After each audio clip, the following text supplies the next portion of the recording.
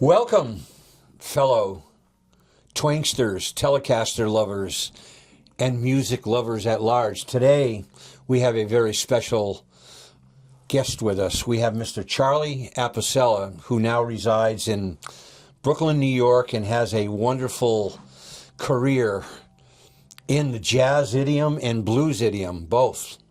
And he's here to talk with us here at the Twang table today about his entirety of his career. So, welcome, Charlie. Thank you. It's great to see you, man. Great to see you again, Thank you for having me. Yeah. So, I guess I'll begin at the very beginnings. Please inform our listeners to your early beginnings. How does the guitar arrive to you? What was the catalyst that got you to pick up the guitar and all that wonderful stuff? I came to music late. I didn't really start playing until I was a senior in high school. Okay. I moved here to Greenfield, Mass. Yeah. From a town in Connecticut. I moved halfway through high school. So it was sort of a traumatic experience for me. And the environment, the music fans here in town, I was really able to find a brotherhood of musicians here in Franklin County. And that was very helpful for me. At that time, I started to, my first influence in music was Weird Al. Yes. So I love that. And from there, I moved on to, I heard Jimi Hendrix on the Wayne's World soundtrack. Okay. Right? Foxy Lady is on that. And I listened to it 100 times. And lo and behold, I went to my father's record collection, and he had the Woodstock albums. Yes. Woodstock 1 and 2. Yes. Which has all the wonderful Jimi Hendrix performances. Mm-hmm. Today, the anniversary of Jimmy's performance at Woodstock. Yeah. And that's what made me decide that I had to play guitar. I like that. Yeah, and it's a full circle now, because now that I'm at the position that I'm in, I don't teach guitar lessons anymore, because it occurred to me a couple years ago that if you have to get good at guitar, you will. I feel like there's very little I could do, in that process, because that's really how I did it. So the person I started with was Michael Nix. Okay, yes. Still teaching here in town. And a great friend of mine, amazing mentor. I learned about how to have music as a career, as a business. Okay. I was his intern. So in exchange for lessons, I would do, like he had, I would do mailing envelopes. And, this is when people were barely starting to use computers. Yeah. So I would help him maintain his databases and stuff like that, and that's how I paid for my guitar lessons. Nice. You did a nice barter system. Yeah, like a work study. Work study. He was my mentor. Yeah. Because I needed to accelerate my lessons because I wanted to enter UMass. Yeah. What year would that be, Charlie? I graduated Greenfield High in 97. 97. Okay. And then I auditioned for UMass, and I failed miserably. It was humiliating. Okay. I'd only been playing guitar for barely 6 months at that point. Okay. And Michael, it wasn't unexpected, but we tried hard. I went to UMass. There was a jam session in town in Amherst, and I bought a real book, and I just taught myself music through listening to Charlie Parker and Wes Montgomery and picking tunes out of the real book to play at this weekly jam session. Nice. So then, at that point... No lessons. Yeah, no lessons. No lessons. So you're in Amherst, you've come across the real book, you're selecting tunes that you're interested in, a la Wes Montgomery, et cetera, and then what's the next bump in the road that you say, wow, I've got to get a little bit more deeper into this? Do lessons come into a lesson plan, a different teacher, a jazz guitar? How does the jazz blues come in? Because at 6 months or a year, you're just sort of arriving at cowboy chords, and you might not even know much of anything. So UMass was an incredible environment. I was, my life changed when I encountered Frederick Tillis and Dr. Horace Clarence Boyer. Yeah. Because of my encounter with these tremendous personalities in music, I entered the African American Studies department. Okay. So I didn't have the facility to study music, but I had a great aptitude for like history, and so I also continued my work-study activities for the Fine Arts Center. Yep. So I was working for Dr. Tillis, who is the director of the Fine Arts Center. I was a work-study student, so I learned about the marketing and development elements. I was helping people write grants. I was helping people program festivals at UMass. I was writing for the school newspaper. Nice. I was writing a jazz and blues weekly. At that time, Blue Note, MCA Records would send CDs to the UMass campus, and they would be in my inbox, and I would get these CDs and I would review the records. Nice. So I learned how to write about music. Yep. I was on the radio station. Yes. WMUA. So I had a great aptitude for music, but I was not a musician. I was struggling to become a musician. Yeah. Well put. I yeah. like that. So and I was lucky that the people who were at UMass were just like unbelievable personalities and great educators and great innovators in their own. Yeah. So the first guitarist that I really encountered and connected with was Dave Stryker. Yes. Can you explain to our audience a little bit who Dave Stryker is and his importance to you? Dave is maybe the top hard bop jazz guitarist on the New York scene, now really on the international scene. Yes. And when I talk about hard bop, I really see that as like a New York City phenomenon, reaching back to the late 1940s, the bebop era. So music in New York today is a natural continuation of that community phenomenon.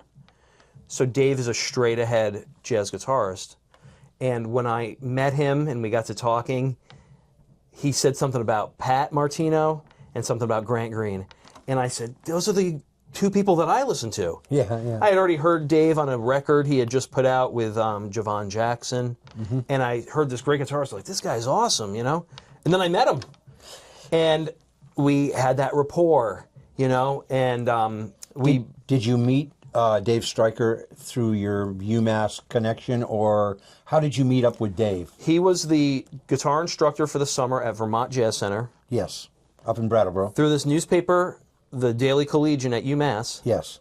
One of the records Blue Note sent me was this Javon Jackson record. It's called Pleasant Valley. It's a great record. People can check out. There's this one point where Dave Stryker plays... I don't know if you can hear me, but... Yeah. This long, diminished sort of run. Yeah. And it really caught my attention. And I wrote in my review, and then I went to Vermont Jazz Center. I said, that name really sounds familiar. And I realized it was this person that 6 months earlier I had written a stellar review. Yes. This is why multidisciplinary is important. I showed Dave the clipping of the newspaper that I wrote about him. Yes. And he was interested in that, and flattered by that. Nice. That's how we became friends. Yeah. I then repeated the same process. Mike Nix had trained me. I became Dave's personal assistant. Yeah. Or work-study student. Yep. I would take Dave's handwritten manuscripts, put them into Finale, and then I would drive to his house in New Jersey, stay over 2 nights, and just get lessons and lessons and hang out, and we would have dinner, and we'd go play golf. I was his apprentice. Yes, great word. You were his apprentice. Yeah. And through those business disciplines that you were right onto in your early journey here at UMass Amherst with Dr. Fred Tillis, those kinds of things impacted your connections. Made it possible. Yeah, made it possible. Because I wasn't like a great guitarist, young kid who everybody wanted to be around, wanted to be into the fold. Yes. I had all these other skills that I was able to bring to the industry of music. Yeah. Yeah, that's an interesting realm to be in, a connectedness. Something else brought you in. Connected is a good word. Yeah. It's kind of like, there's a movie, Donnie Brasco. You remember that with Al Pacino? Yes. They talk about it in the Mafia. There's a connected guy and there's a Yes. made guy. That's right. I was a connected guy. I wasn't one of the made. I wasn't a made guy. I wasn't in the club. Yeah. I was connected.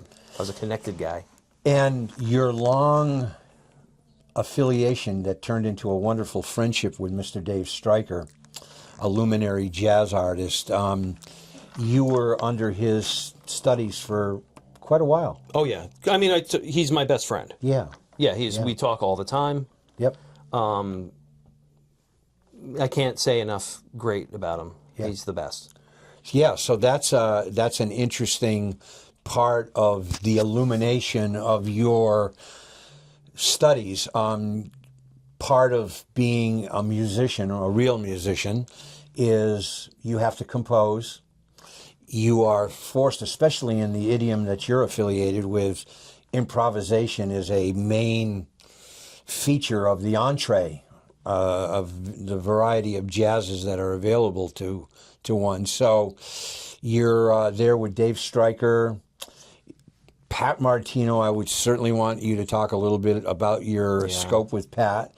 And then Yousef Lateef. And so Yousef came, how did this happen? So this is towards the end of my time at UMass, so it was all within 18 months. So I guess I met Dave at a workshop, but I didn't start studying with him regularly for a couple years after that. okay. So because I remember the first time I ever went to Dave's house, he asked me about Yousef, which so indicates to me that obviously I had finished the Yousef thing before I started with Dave.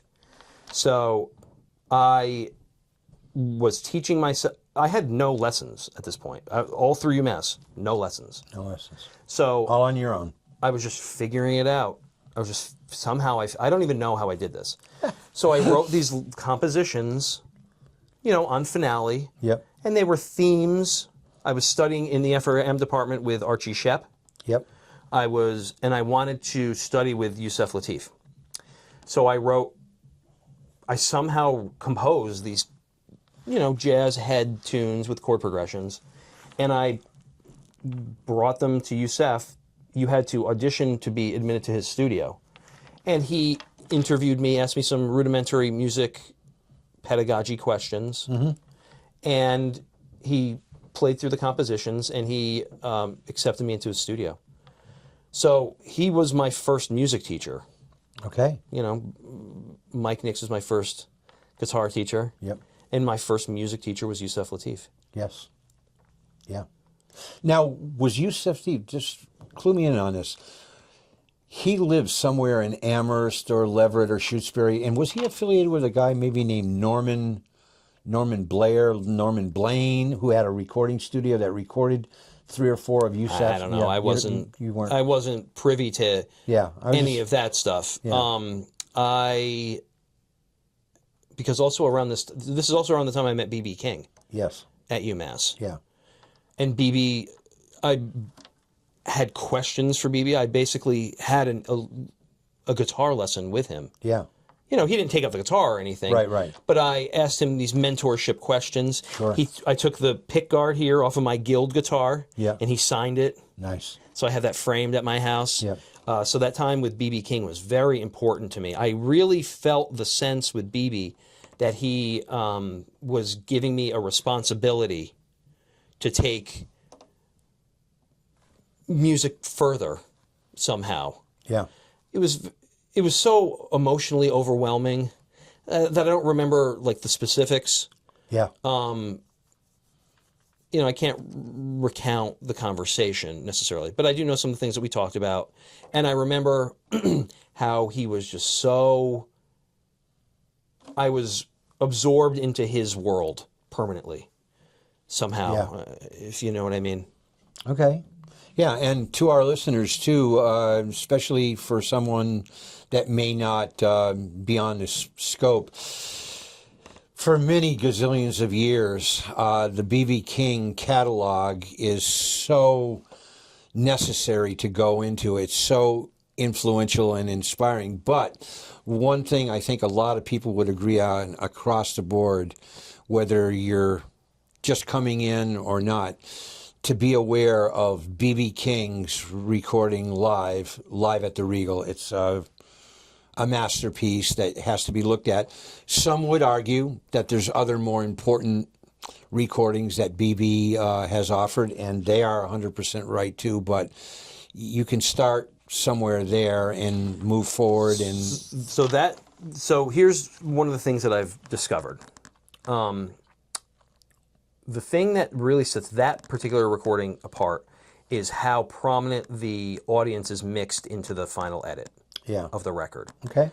You can hear, because what I've thought about this a lot, and I've experienced it a lot. I've been fortunate to be able to channel some of this from the stage as well. BB, there's a open channel between the audience and the performer. I always tell my drummers, because I hire jazz drummers who are my age, so they're not, oftentimes I get to play with seasoned professionals older than me, but when I don't, what I tell the drummer is, you are not playing drums in the band. You are cueing the audience how to respond to the band. Very interesting statement. And you can hear it. They left in a way that's totally unique on that record, to any record I've ever heard, the interaction of the audience with the band. That's what's so key about that record. Okay. They're hanging on his every note. They're hanging on his every word, the storytelling, right? And the drummer is part of the audience. The drummer is the conductor for the audience. So when a blues music, when I do something, I don't know.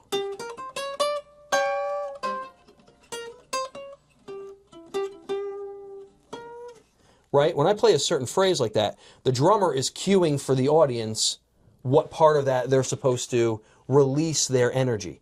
Part of the reason why jazz kind of today goes over people's heads, in a way, is that people aren't paying attention to the audience on that granular level. Everything BB did was coming from a place where he wanted to connect with you. So his band was all about helping the audience engage with the music. What he had to say was articulated so clearly. Mm-hmm. That's why his playing style was very clean and deliberate, is because it was very important for him to elicit and to foster a relationship with the audience in that moment. Yeah.